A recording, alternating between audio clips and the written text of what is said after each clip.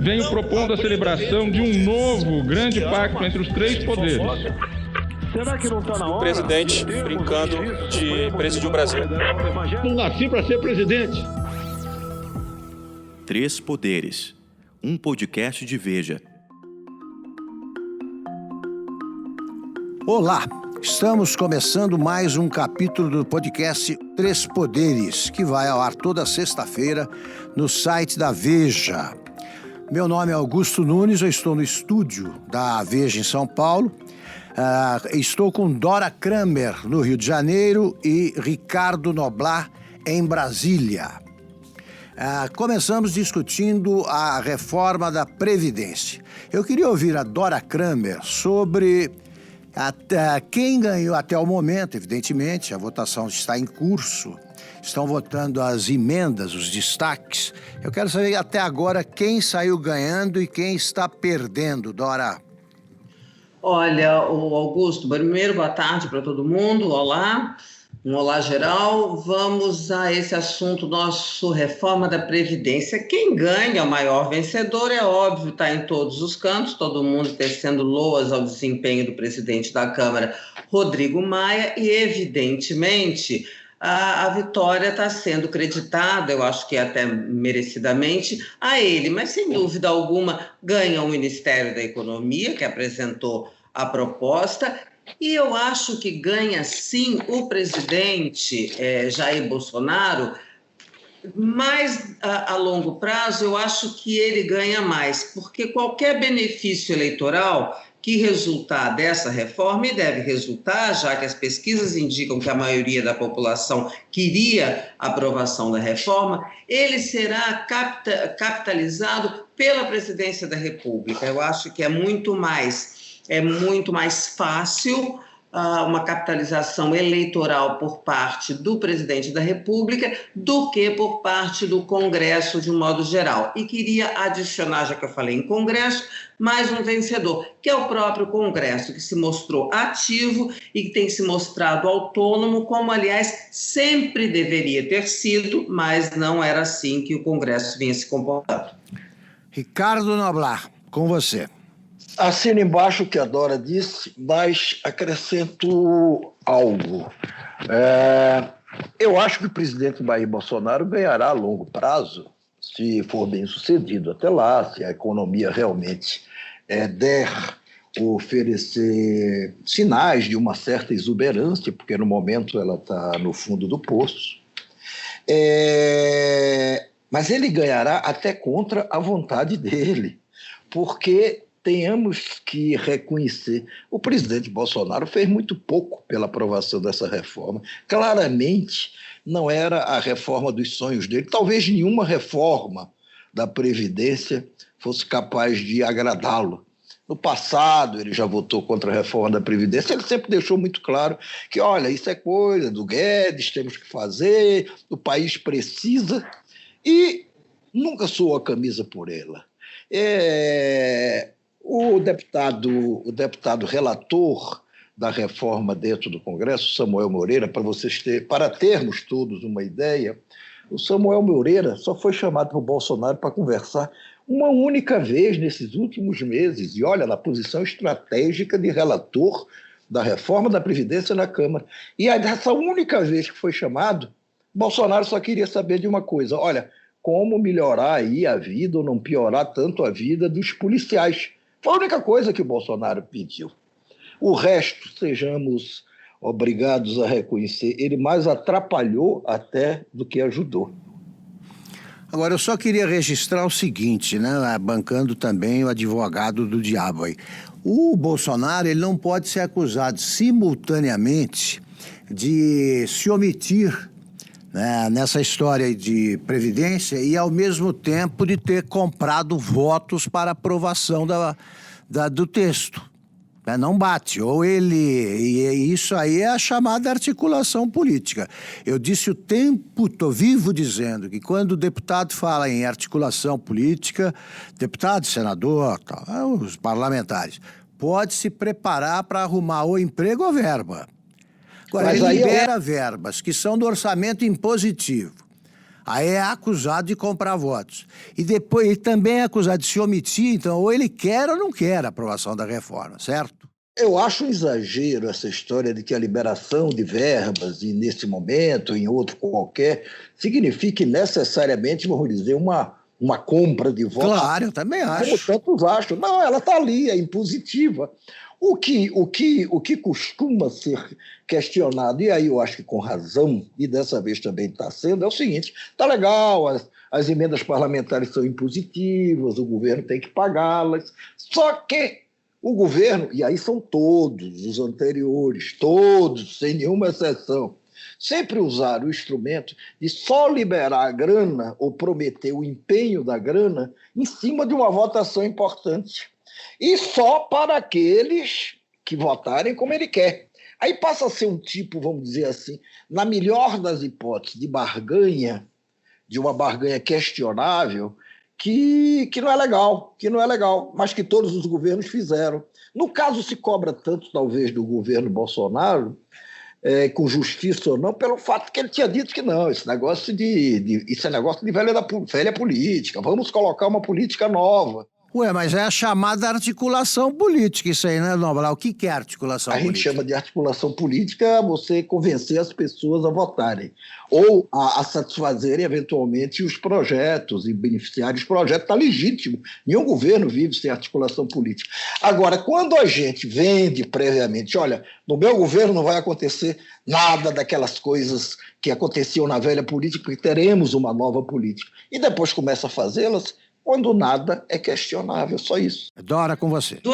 Duas coisas completamente diferentes. A emenda não é ilegal nem é ilegítima, tá? O que fica uma coisa assim, para se discutir em termos propostos pelo próprio governo, que é essa história de nova política ou velha política, é o ritmo, porque o dono do ritmo da liberação das emendas é o governo. E, evidentemente, em 5 dias de julho, 8 dias, ele liberou muito mais emendas do que nos primeiros 6 meses. É do jogo, é da ferramenta. Eu acho que isso é uma coisa. A outra coisa, não vejo, viu, Augusto, uma contradição em termos aí entre ele não ter trabalhado, não ter se empenhado pela reforma da Previdência e a liberação da emenda. A liberação de emenda se dá no último momento como uma margem de segurança, né? Então, só faltava o presidente se recusar ao uso desse instrumento e ao uso e de ter essa margem de segurança.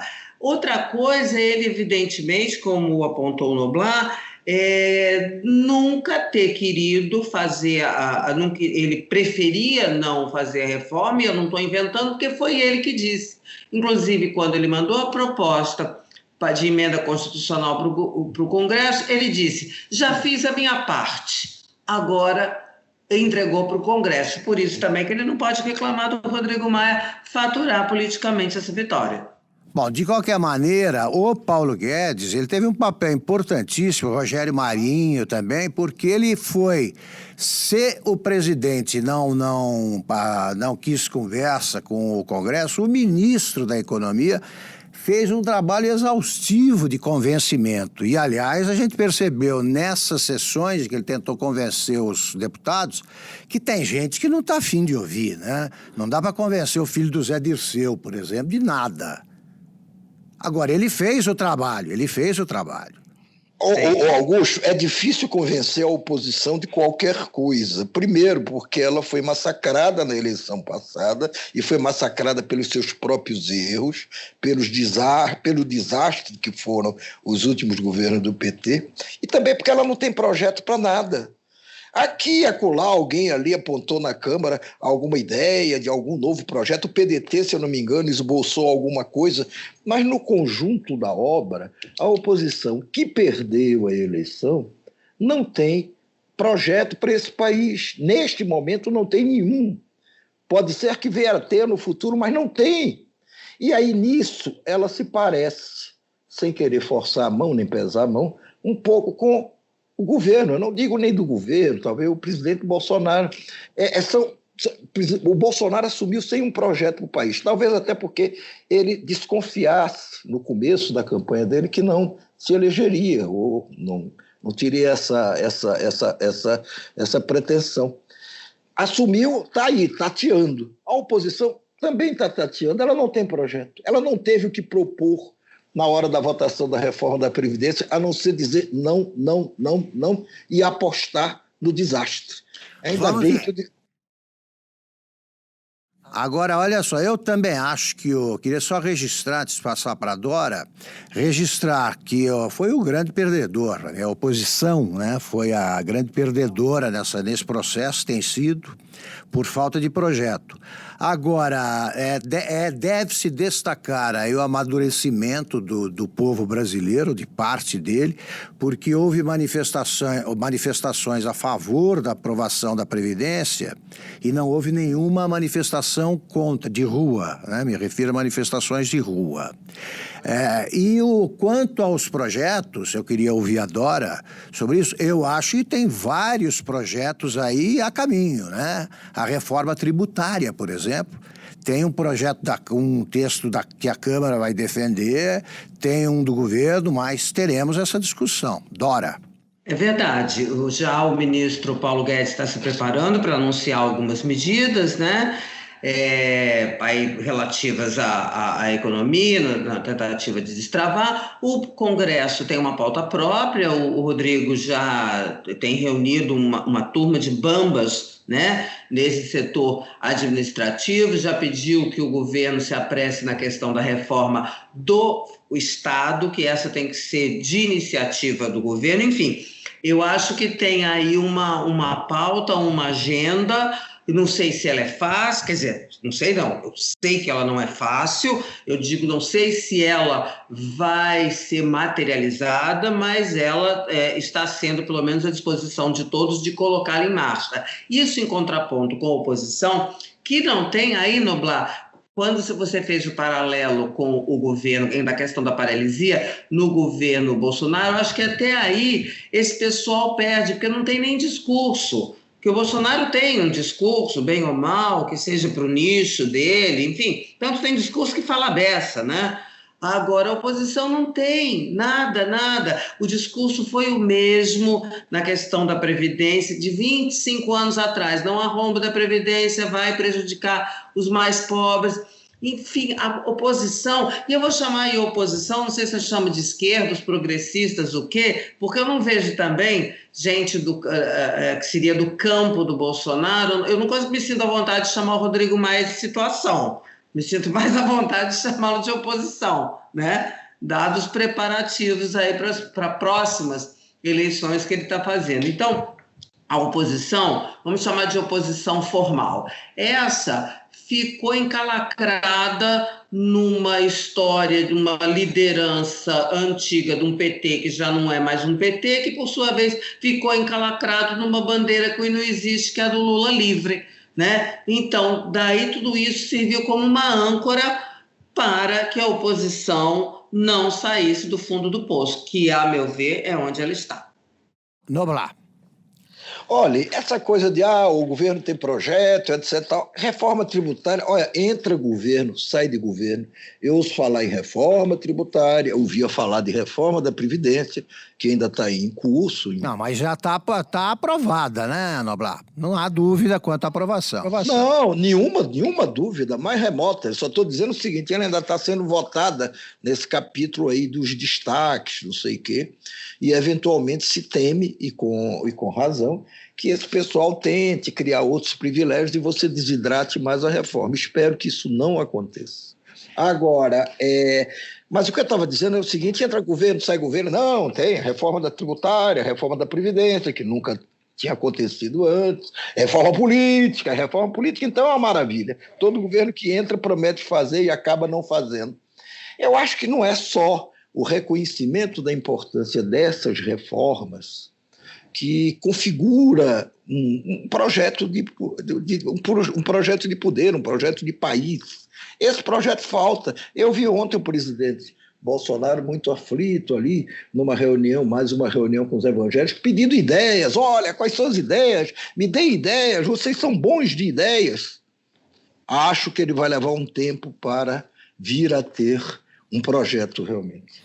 Eu acho que na área da economia é possível, eu acho que há projetos equivocados em várias áreas, mas eu acho que na área econômica nós temos uma equipe da melhor qualidade, né? Assim, como eu citei agora há pouco o Rogério Marinho, poderia ter citado outros que trabalharam na Previdência, e a gente tem gente como Mansueto de Almeida, que é excelente.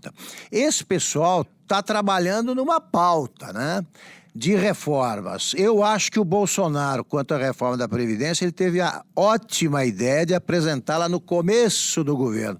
Todos os outros apresentaram no final, já com o governo tanto desgastado e com os deputados mais à vontade, né, para votar, porque ia chegando outra eleição, tal, e nenhum foi muito além do trivial. O Bolsonaro teve esse mérito, foi apresentada a reforma já no começo. O Augusto, inclua nesse time de gente boa que está trabalhando bem pela recuperação da economia uma pessoa que não é do governo, mas que eu acho que sai bem maior do que chegou lá no Congresso, que é o deputado Samuel Moreira. Perfeito. Do PSDB de São Paulo, foi o relator da comissão e apresentou um projeto que, no princípio, foi até muito alvo de crítica do próprio ministro Paulo Guedes, mas que agora se revelou o projeto possível para você estabelecer um consenso ali e arrancar a aprovação da reforma. Perfeito. Dora Kramer, eu queria saber também, você comenta o que quiser sobre isso aí que estamos falando, mas eu queria saber se você é a favor da igualdade de homens e mulheres também quanto à idade mínima para a aposentadoria. Ai, que complicado. Só a mulher pode comentar isso aí. Pois é. Eu acho que você tem razão. Essa pergunta, porque é uma pegadinha, claro, né? É nada. Eu, por exemplo, sou contra. Eu sou a favor da igualdade. Lógico que ela parte do princípio de que, olha que meninas não estão afim de igualdade, então tem que ser igualdade para tudo. Tá certo. Nesse aspecto, eu também sou favorável. Agora, você ignorar que ainda há uma jornada completamente diferente para homens e mulheres, aí realmente é se ignorar a realidade. Eu não sei como é que colocar isso num cenário de reforma da Previdência de serviço público, né? Mas é só para desvendar um pouco a pegadinha que você coloca, né? Não é pegadinha, não. A questão da igualdade, claro que ora, vem cá. Eu estou me expondo à acusação de misógino, não é pegadinha. Não, eu não estou acusando disso, mas só estou dizendo que é assim, perguntam para a gente isso para que a gente diga, veja numa saia justa da defesa da igualdade. Gente, tem no nosso meio, o Augusto Noblar, é possível que não haja essa jornada tão diferenciada, mas, amigo, na maioria, seguramente que tem uma jornada muito diferenciada. Eu acho que por aí se justificaria uma idade mínima menor para as mulheres. Noblar, algo a comentar antes do meu parecer? Não, agora vamos rir. Peraí. Antes do seu relatório final, não, peraí, só um minuto. O Dora, eu não entendi. Você acha que a mulher trabalha mais do que o homem, é isso? Eu não entendi, desculpa. Sim, eu não acho, isso é uma constatação. Por quê, Dora? Por causa da jornada dupla lá? Dupla ou tripla? Que é mãe? É isso? Que é mãe, gente, olha aqui, não vamos ignorar a realidade desse país, que as mulheres têm que dar conta do trabalho fora e do trabalho dentro, na sua maioria. Agora, isso é tratar com a realidade. E é o seguinte, as risadinhas eu estou dispensando, tá? Ô, Dora Kramer, eu não estou dando risadinha, não. Eu vou te fazer um comentário aqui, quer ver? A minha mãe era professora primária. Ela trabalhava, 5 filhos, trabalhava de manhã, tá certo? À tarde, ela ajudava a criar os filhos, mas tinha lá uma auxiliar doméstica, como se diz hoje no politicamente correto. Né, era empregada, eu chamava e não sabia que estava sendo equivocado. Mas estava dizendo uma coisa equivocada. Mas é o seguinte, ela própria, uma vez eu fui entrevistar o Fernando Henrique, falei, o que a senhora quer falar para o presidente? Ela disse assim, olha, fala para ele que eu tenho mais vergonha de estar há mais tempo sem trabalhar do que eu passei trabalhando. Ela morreu com 80 e poucos anos. No que ela tinha toda a razão, porque ela não se referia... Não, ela não se referia a uma... Não, com licença. Ela se referia, sim, a uma situação geral, que é aquilo que rendeu, a que se referia Fernando Henrique quando chamou de vagabundos quem se aposentava com menos de 50 anos. Exatamente. E ele tinha razão ou não tinha? A isso que ela se referia. E não a uma diferença, nem que seja mínima, que leve em conta que há jornadas diferentes entre homens e mulheres. Não, mas o que ela dizia é que ela poderia perfeitamente continuar trabalhando mais alguns anos. Não tinha porquê. Porque ela se aposentou, na visão dela, e na minha opinião, com toda razão, cedo demais. Porque a regra geral não estava correta. Noblar. Você não acha melhor deixar o Fernando Henrique em paz? Ele tem dito umas coisas ultimamente que seriam, né, no mínimo, muito polêmicas, criticáveis. Né? Ele teve uma hoje que eu li rapidamente, que eu já não me lembro mais. Mas ele disse... expulsar o Aécio Neves do PSDB é jogar um filiado às feras e, portanto, oportunismo. Lembrou muito bem. O Aécio deveria ter sido jogado às feras há muito tempo. Entendeu? Tá com atraso isso. Então não é nenhum oportunismo. O Fernando Henrique pode não gostar do Dória e vice-versa, mas daí, simplesmente porque isso está começando a acontecer na gestão, digamos, do Dória em termos de PSDB, de comando do PSDB, é uma bobagem. Olha só, eu tenho vocês sabem que eu tenho muita admiração pelo Fernando Henrique, pelo que ele fez, né, num bom governo. Então, eu estou começando a dizer o seguinte, que o Fernando Henrique foi o melhor presidente que eu conheci, é forte candidato a ser o pior ex-presidente. Tá aí, Augusto. Volto a concordar com você. Veja como nós estamos hoje pensando... É isso aí. Gente, eu ainda acho que o pior ex-presidente é quem está preso. Esse já não considero quem nem tá presidente. Dando opinião. Esse eu não considero nem presidente, mas está certo a Dória. Ele não é pior que o Lula de jeito nenhum. Não, claro que... Agora, vamos passar para outro assunto. Nós já estamos à metade do podcast, agora vamos lá. Eu acho que o governo Bolsonaro, ou o presidente Bolsonaro, tem uma criatividade enorme para impedir que sejam publicadas manchetes favoráveis ao governo com a divulgação de alguma ideia, fato, alguma coisa parecida, que vira manchete e é prejudicial ao governo. Por exemplo, a ideia de nomear o filho, o deputado Eduardo Bolsonaro, para a chefia da embaixada em Washington, que é o cargo o cargo diplomático mais importante do mundo em qualquer país, por se tratar da única superpotência do planeta. Queria começar pela Dora Kramer. O que você achou dessa ideia, Dora Kramer? Bom, primeiro que eu custo acreditar que isso vá adiante, né? E eu tive a mesma impressão que você. Falei, meu Deus do céu, esse presidente Jair Bolsonaro realmente não tem vocação para o bem-estar. Porque ele não conseguia esperar 24 horas, estava tudo bom, ganhou a Previdência, tem 25 anos que todos os governos buscam aprovar e ele conseguiu. Mas não deu 24 horas para ele vir para a mesa com uma proposta, uma polêmica que é óbvio que vai ser um foco de atrito. Eu cheguei a pensar o seguinte, será que ele está enciumado com essa festa toda em torno do Rodrigo Maia? Ele disse assim, vou inventar aqui um negócio para atrair atenção para mim. Porque não é possível, porque a quantidade de atrito, de empecilhos que estão aí no meio, quer dizer, tem a súmula vinculante do Supremo Tribunal Federal, que ainda tem que se resolver se isso é nepotismo ou não é nepotismo, se o menino Bolsonaro precisa realmente, parece que precisa renunciar ao mandato.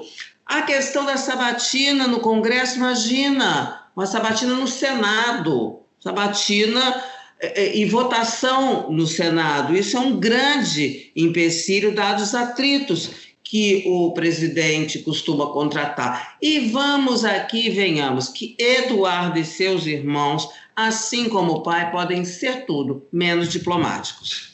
Perfeito. Ricardo Noblat, você achou o quê? Eu achei o seguinte: primeiro que a Dorinha está sendo muito generosa na medida em que eu acho que ela subestima a capacidade do presidente Bolsonaro de criar coisas absurdas, bizarras como essa.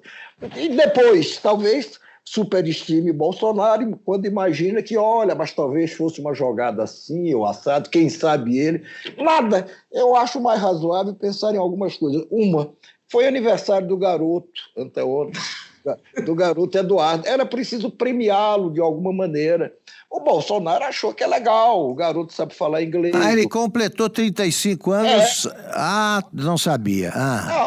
Então, veja, vocês ficam com muita elaboração, é uma coisa mais simples. Até ontem o rapaz fez 35 anos, o Bolsonaro queria premiá-lo, aí inventou essa história. Não é inventar no sentido de criou e agora vai retirar. Não, ele falou sério ontem, quando ele defendeu as credenciais do filho para embaixador. Ele lembrou que o filho sabe falar inglês, que o filho sabe falar espanhol, que o filho gosta muito dessas coisas de mundo, circula muito por aí, etc. e tal, e que tem todas as credenciais para o posto. O menino, ele é concursado, ele é escrivão concursado, nada contra os escrivãos, pelo amor de Deus. E lá, como escrivão, ele poderia, estava entre suas atribuições, lavrar um termo, dar prosseguimento ali burocraticamente a um processo, dirigir carro. E não, vamos convir, não são as melhores credenciais para quem pretende ocupar o posto mais ambicionado da diplomacia brasileira. E, no entanto, hoje o garoto se reuniu com o embaixador Ernesto Araújo, que é o ministro das Relações Exteriores, já começou a se acertar por aí, e saiu de lá, inclusive, acrescentando novos fatos que podem reforçar a ambição dele de ser embaixador. Por exemplo, ele lembrou, Eduardo, que ele já esteve nos Estados Unidos, já comeu hambúrguer, já fritou hambúrguer, mesmo no inverno rigoroso. Olha, é uma república de banana neste momento em relação a esse tipo de assunto. Aliás, república de banana talvez se envergonhasse de fazer uma coisa dessa. Eu acho que isso pode ser impedido, né? Agora é a hora de o Senado corresponder aí ao desenho que dele faz o Davi Alcolumbre, né? E o Congresso tem de corresponder, então, ao discurso que eu achei um tanto quanto ufanista do Rodrigo Maia sobre as qualidades da nova Câmara e tal. É o seguinte, tem que fazer uma sabatina como se deve, se essa ideia prosperar, hein? Se essa ideia prosperar, porque eu torço para que alguém consiga convencer o Bolsonaro de que isso é inevitável, né? A evocação daquela imagem clássica. Para que ele não atravesse a rua para pisar na casca de banana da calçada do outro lado, sabe? Se o Senado perguntar a ele quantos estados tem os Estados Unidos, ele pode escorregar. Se você entrar na história americana, ele não saberá dizer o suficiente para ser aprovado numa prova do Enem. Então é o seguinte, para que isso aí? Vamos para as coisas práticas. Ele se dá bem com o governo Trump? Tá bom, digamos que sim. Teremos uma eleição no ano que vem nos Estados Unidos, e se ganha um democrata? Aí ele volta. Eu acho que a gente tem de resolver isso aí pela raiz, cortar o mal pela raiz. Eu estava ouvindo há pouco o Marcelo Calero, Calero, discursando na Câmara, diante do Eduardo Bolsonaro, dizendo para o Eduardo Bolsonaro recusar isso aí, dizendo que ele não pode, ele é diplomata dos quadros do Itamaraty, o Calero, E ele diz o seguinte, que ele apresentou algum projeto, uma coisa dessa, ou pretende apresentar, proibindo a nomeação de embaixadores, de chefes de representações diplomáticas que não pertencem ao Itamaraty. Tá, porque chega desse negócio de nomear o Itamar Franco para Portugal, porque ele é monoglota. Ele é o paraíso, né, dos políticos monoglotas. Então, para com isso. Aí resolve essa parada. Ô Augusto, veja que situação. Somente a família real da Arábia Saudita teve, não digo descaramento, mas enfim, a disfarçatez para indicar membros da própria família para serem embaixadores nos Estados Unidos. Nos últimos anos foram 7 embaixadores da própria família. Mas a família da Arábia Saudita é uma dinastia. Aquilo ali passa de pai para filho. Aqui eu acho que a gente ainda está muito longe de chegar a tal situação, embora o ex-presidente Fernando Henrique tenha chamado a família Bolsonaro da nova família imperial brasileira. Agora, imagina, pegando só carona no que você falou se o Trump pede, imagina o seguinte, o nosso futuro embaixador lá nos Estados Unidos, se for de fato o garoto, ele já desfilou pelos Estados Unidos, fazendo comícios, participando de reuniões do Partido Republicano, pedindo voto para Trump. Ele já desfilou com o boné do Trump 2020. Inscrições na camiseta, é isso aí. Inscrições na camiseta, imagina, lá veio o embaixador do boné. Aí como boné é um novo país? Não, boné, porque ele usava um boné do Trump 2 anos antes do Trump virar novamente presidente. É uma brincadeira, isso é uma brincadeira. Olha aqui, tô achando que eu vou apostar que não prospera, tá? Essa ideia. Por algum motivo ou outro, não prospera. E isso ele vai ser obrigado a recuar, óbvio. Não precisamos nem perder muito tempo. Não, mas é divertido, que é isso? Divertido. Olha só. Vamos perder tempo, não é perda de tempo. Não, entendeu? O Noblar... Dora... As irrelevâncias do governo Bolsonaro, que, ai meu Deus do céu, a gente discute. Claro, quando ele faz um anúncio desse jeito, dizendo que está cogitando, evidentemente que cabe a análise. Mas aí para fechar, diria isso, olha, esse troço não prospera. Não prospera, não. O Noblar, só a título de ilustração, Noblar se referiu à família real saudita. Eu acho que é um caso comparável, de alguma forma, à indicação do Porfírio Rubirosa para a Embaixada da República Dominicana em Paris. Tem que explicar quem é Porfírio Rubirosa. Porfírio Rubirosa era o chamado conquistador latino-americano, Latin Lover, que era um playboy internacional dominicano e que teve a boa